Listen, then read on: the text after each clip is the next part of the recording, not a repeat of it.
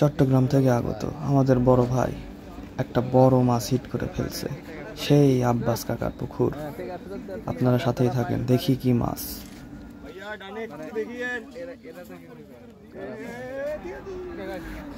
ওনারা প্রায় 1 লক্ষ টাকার বেশি খরচ করে ফেলছে।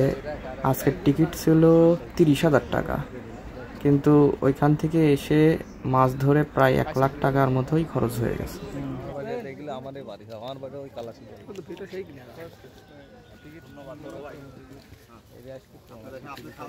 ও সুন্দর একটা রুই মাছ, বড় সাইজের একটা রুই মাছ পেয়ে গেল আমাদের চট্টগ্রামের ভাই।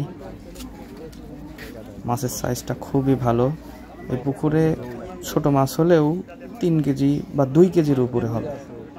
প্রচুর মাছ আছে পুকুরে, কেউ খালি হাতে যাবে না। যে মাছ পায়নি সেও অনেক মাছ পাইছে।